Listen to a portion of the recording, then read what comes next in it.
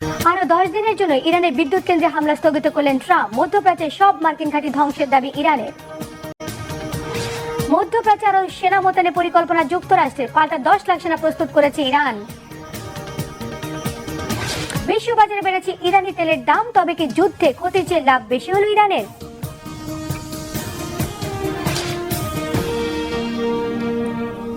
দেখছিলেন world news headline, এবারে বিস্তারিত। তৃতীয় দফায় আরো 10 দিনের জন্য ইরানের বিদ্যুৎ কেন্দ্রে হামলা স্থগিতের ঘোষণা দিয়েছেন মার্কিন প্রেসিডেন্ট ডোনাল্ড ট্রাম্প। সামাজিক মাধ্যমে দেয়া পোস্টে ট্রাম্প জানিয়েছেন, ইরানের সঙ্গে আলোচনা চলছে। আগামী 6 এপ্রিল রাত 8টা পর্যন্ত দেশটির বিদ্যুৎ কেন্দ্রে হামলার কোনো পরিকল্পনা নেই। এমন অবস্থায় হরমুজ প্রণালীতে শত্রু দেশের জাহাজ চলাচলে বাধা দেয়া ইরানের বৈধ অধিকার বলে দাবি জানিয়েছেন পররাষ্ট্রমন্ত্রী আব্বাস আরাগচি। আর যুদ্ধের 28তম দিনে মধ্যপ্রাচ্য জুড়ে চলছে পাল্টাপাল্টি হামলা। সঞ্জিদা ইসলাম তন্নির ডেস্ক রিপোর্টে থাকছে বিস্তারিত। আগামী 6 এপ্রিল পর্যন্ত ইরানের বিদ্যুৎ কেন্দ্রগুলোতে কোনো হামলা না চালানোর ঘোষণা দিয়েছেন মার্কিন প্রেসিডেন্ট ডোনাল্ড ট্রাম্প। এর আগে গত 21 মার্চ হরমুজ প্রণালী খুলে না দিলে ইরানের বিদ্যুৎ কেন্দ্রে 48 ঘন্টার মধ্যে হামলা চালানোর হুঁশিয়ারি দিয়েছিলেন ট্রাম্প। কিন্তু পরদিনই হরমুজ প্রণালী খুলে দিতে ইরানকে বেঁধে দেওয়া সময়সীমা 5 দিন বাড়িয়েছিলেন। দ্বিতীয় দফার আলটিমেটাম শেষ হওয়ার আগেই ইরানি জ্বালানি কেন্দ্রে হামলার পরিকল্পনা আরো 10 দিন পেছালেন মার্কিন প্রেসিডেন্ট। কেন দফায় দফায় হামলার পরিকল্পনা স্থগিত করছেন ট্রাম্প? তবে কি শেষ হতে যাচ্ছে আমেরিকা ইরান যুদ্ধ, নাকি ইসরায়েলের সাথে মিলে ইরানের ওপর আরো বড় আঘাত হানতে যাচ্ছে যুক্তরাষ্ট্র? সামাজিক মাধ্যম ট্রুথ সোশ্যালের এক পোস্টে ট্রাম্প জানিয়েছেন, ইরানের সাথে যুদ্ধবিরতি নিয়ে আলোচনা চলছে। এমন পরিস্থিতিতে দেশটির সরকারের অনুরোধেই বিদ্যুৎ কেন্দ্রের হামলা স্থগিত করা হয়েছে। তবে ইরানের দাবি, পাকিস্তানের মধ্যস্থতায় যুক্তরাষ্ট্রের পাঠানো 15 দফা প্রস্তাবের আনুষ্ঠানিক জবাব দেওয়া হলেও কোনো ধরনের আলোচনা চলছে না। আর হরমুজ প্রণালী খুলে না দিলে ইরানের জ্বালানি কেন্দ্রে যুক্তরাষ্ট্রের হামলার হুমকির মুখে ইরানের পররাষ্ট্রমন্ত্রীর দাবি, হরমুজ প্রণালী দিয়ে শত্রু দেশের জাহাজ চলাচলে বাধা দেওয়ার অধিকার রয়েছে তেহরানের। যুদ্ধ বন্ধে ইরানের সঙ্গে শান্তি আলোচনার কথা বললেও মধ্যপ্রাচ্যে এরই মধ্যে প্রায় 5000 মেরিন সেনা ও প্রায় 2000 প্যারাট্রুপার পাঠানোর সিদ্ধান্ত নিয়েছে মার্কিন প্রতিরক্ষা বিভাগ, পেন্টাগন। এছাড়া ইরান জুড়ে হামলা অব্যাহত রেখেছে যুক্তরাষ্ট্র ও ইসরায়েলের জোট বাহিনী।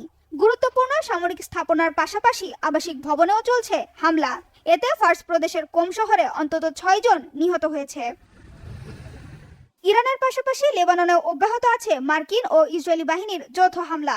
দেশটির সশস্ত্র গোষ্ঠী হিজবুল্লাহর এক জ্যেষ্ঠ কর্মকর্তাকে হত্যার দাবি করেছে ইসরায়েলি সেনাবাহিনী। গত প্রায় 1 মাসে নিরবচ্ছিন্ন হামলায় প্রাণ হারিয়েছে 1100-র বেশি লেবানিজ নাগরিক। পাল্টা হামলা জারি রেখেছে ইরান ও লেবাননের সশস্ত্র গোষ্ঠী হিজবুল্লাহ। ইসরায়েলের বিভিন্ন শহরে শক্তিশালী মিসাইল ও ড্রোন হামলা চালাচ্ছে। এতে ক্ষতিগ্রস্ত হচ্ছে সামরিক অবকাঠামো ও আবাসিক ভবন। প্রাণ বাঁচাতে বাংকারে আশ্রয় নিচ্ছে সাধারণ ইসরায়েলিরা। ইরান ও লেবাননের বিরুদ্ধে চলমান লড়াইয়ে সেনা সংকট দেখা দিয়েছে ইসরায়েলি বাহিনীতে। যুদ্ধ পরিস্থিতি দীর্ঘ হলে ইসরায়েলি বাহিনী ভেঙে পড়বে বলে আশঙ্কা প্রকাশ করেছেন দেশটির সেনাপ্রধান ইয়াল জামির। মধ্যপ্রাচ্যে অবস্থিত মার্কিন সেনা ঘাঁটিগুলোতেও হামলা অব্যাহত রেখেছে ইরান। দেশটির আধা সরকারি সংবাদ সংস্থা তাসনিম নিউজ জানিয়েছে, সৌদি আরবের একটি মার্কিন সামরিক ঘাঁটিতে ভয়াবহ হামলা চালানো হয়েছে। কাতার, কুয়েত ও বাহরাইনেও বিস্ফোরণের খবর পাওয়া গেছে। এখন পর্যন্ত 17টি মার্কিন সেনা ঘাঁটি ধ্বংসের দাবি করেছে তেহরান। মধ্যপ্রাচ্যের দেশগুলোর মার্কিন সামরিক ঘাঁটি এলাকা থেকে বেসামরিক নাগরিকদের সরে যাওয়ার নির্দেশও দিয়েছে ইরানের বিপ্লবী বাহিনী IRGC।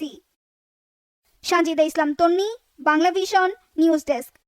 ইরানের সঙ্গে আলোচনার পথ খোলা রাখার কথা বললেও মধ্যপ্রাচ্যে নতুন করে আরো 10,000 সেনা পাঠানোর পরিকল্পনা করছে ট্রাম্প প্রশাসন। মার্কিন সংবাদ মাধ্যমগুলোর তথ্য অনুযায়ী ইরানকে চাপে রাখতেই এই অতিরিক্ত সেনা মোতায়েনের কথা ভাবছেন ডোনাল্ড ট্রাম্প। তবে সম্ভাব্য এই হুমকি মোকাবেলায় প্রস্তুতি নিচ্ছে ইরানও। এরই মধ্যে 10 লাখেরও বেশি ইরানি যোদ্ধাকে সংগঠিত করা হয়েছে। এতে ইরান যুদ্ধের উত্তেজনা কমার বদলে আরো বৃদ্ধির আশঙ্কা আন্তর্জাতিক বিশ্লেষকদের। মীর ফজলে রাব্বি ডেস্ক রিপোর্টে থাকছে বিস্তারিত। গত কয়েক সপ্তাহ ধরে মধ্যপ্রাচ্যে ব্যাপক সেনা মোতায়েন করছে যুক্তরাষ্ট্র। কয়েক হাজার মেরিন সেনা ও বিশেষায়িত এয়ারবোর্ন ইউনিটের জরুরি তলব করছে। এসব পদক্ষেপ দেখে বিশ্লেষকদের ধারণা, হয়তো ছোট পরিসরে হলেও ইরানে স্থল অভিযান চালানোর পরিকল্পনা করছে যুক্তরাষ্ট্র। তবে সম্ভাব্য এই হুমকি মোকাবেলায় প্রস্তুতি নিচ্ছে ইরানও। এরই মধ্যে 10 লাখেরও বেশি ইরানি যোদ্ধাকে সংগঠিত করা হয়েছে। 26 মার্চ আইআরজিসি ঘনিষ্ঠ ইরানের আধা সরকারি সংবাদ সংস্থা তাসনিম নিউজকে দেশটির উচ্চপদস্থ একটি সামরিক সূত্র এ তথ্য জানিয়েছে। প্রতিবেদনে বলা হয়েছে দেশটির হাজার হাজার তরুণ বাসিস, ইসলামী বিপ্লবী গার্ড কর্পস আইআরজিসি এবং সেনাবাহিনীর সদর দপ্তরে যুদ্ধে অংশগ্রহণের জন্য গণ আবেদন জমা দিচ্ছে। তরুণদের এই স্বতঃস্ফূর্ত অংশগ্রহণকে যুদ্ধের ময়দানে বড় শক্তি হিসেবে দেখছে তেহরান। সামরিক সূত্রটি আরও বলেছে, যুক্তরাষ্ট্র যদি আত্মঘাতী ও আত্মবিধ্বংসী কৌশল গ্রহণ করে হরমুজ প্রণালী খুলতে চায়, তবে ইরানও বসে থাকবে না। প্রণালীটি বন্ধ রাখার জন্য ইরানের যথেষ্ট প্রস্তুতি রয়েছে বলে দাবি করছে তারা। ইরানে মার্কিন বাহিনীর অভিযানে দেশটির সর্বোচ্চ নেতা আয়াতুল্লাহ আলী খামেনি এবং বেশ কয়েকজন শীর্ষ সামরিক কমান্ডার নিহত হয়েছেন। এসব হামলায় ইরানের সামরিক ও বেসামরিক অবকাঠামো ব্যাপকভাবে ক্ষতিগ্রস্ত হয়েছে এবং অসংখ্য মানুষ হতাহত হয়েছেন। তবে এমন পরিস্থিতিতেও হার মানতে নারাজ ইরানের সাধারণ জনগণ। ইরানের তরুণদের মাঝেও সরকারের পক্ষে জনমত বাড়তে শুরু করেছে। তাদের মতে মার্কিন প্রেসিডেন্ট ডোনাল্ড ট্রাম্প অবিরত মিথ্যা বলে যাচ্ছেন। এই যুদ্ধে যুক্তরাষ্ট্র পরাজয়ের খুব কাছাকাছি চলে এসেছে। যতক্ষণ না যুক্তরাষ্ট্রকে এই অঞ্চল থেকে বিতাড়িত করা হচ্ছে এবং ইসরায়েলকে নতজানু করা হচ্ছে, ইনশাল্লাহ আমাদের যুদ্ধ ততদিন চলবে। আমরা তাদের বহুবার সতর্ক করেছি এবং বহুবার সংযম দেখিয়েছি, কিন্তু তারা পিছু হটেনি। এবার আমরা পিছু হটব না। এখন প্রত্যেকেই বুঝতে পারছে যে তাদের সাথে আলোচনা করাও একটি অপরাধ হবে। তারা ইরান ছেড়ে যাবে, নিজেদের শক্তি পুনর্গঠন করবে এবং পরে আবারও ফিরে আসবে। এদিকে ইরানকে ঘিরে যুক্তরাষ্ট্র সামরিক উপস্থিতি জোরদার করছে। সংবাদ মাধ্যম দ্য ওয়াল স্ট্রিট জার্নালের এক প্রতিবেদনে জানানো হয়েছে, অতিরিক্ত 10,000 পর্যন্ত স্থলসেনা পাঠানোর বিষয়টি গুরুত্বের সঙ্গে বিবেচনা করছেন ট্রাম্প। পেন্টাগনের এই পরিকল্পনার সঙ্গে যুক্ত কর্মকর্তাদের বরাত দিয়ে বলা হয়েছে যে সম্ভাব্য এই নতুন বাহিনীতে পদাতিক সৈন্যের পাশাপাশি আধুনিক সাজোয়াজান বা ট্যাঙ্কারও অন্তর্ভুক্ত থাকবে, যা ওই অঞ্চলের রণক্ষেত্রে যুক্তরাষ্ট্রের অবস্থানকে আরও সুদৃঢ় করবে। মীর ফজলে রাব্বি, বাংলা ভিশন। যুদ্ধ থামাতে আসলেই কে বেশি মরিয়া, ডোনাল্ড ট্রাম্প নাকি ইরান? একদিকে ট্রাম্প বলেছেন সমঝোতা খুব কাছেই, অন্যদিকে বাড়ছে মার্কিন সেনা মোতায়েন। তেহরানও দিচ্ছে না কোনো নরম সংকেত, বরং তুলছে কঠিন শর্ত। তাহলে কি শান্তির পথ এখনো খোলা, নাকি সংঘাত আরো বৃদ্ধি পাবে? দুপক্ষই নিজেদের জয়ী ভাবছে। এ অবস্থায় কূটনীতি কতটা কার্যকর হতে পারে, বিস্তারিত থাকছে মোর্শেদ আলমের ডেস্ক রিপোর্টে। যুদ্ধ থামাতে কে বেশি মরিয়া, যুক্তরাষ্ট্রের প্রেসিডেন্ট ডোনাল্ড ট্রাম্প নাকি ইরান? ট্রাম্পের বক্তব্যে বারবারই উঠে আসছে সমঝোতা খুব কাছেই, কিন্তু বাস্তবে যুদ্ধের আগুন যেন আরো ছড়িয়ে পড়ছে।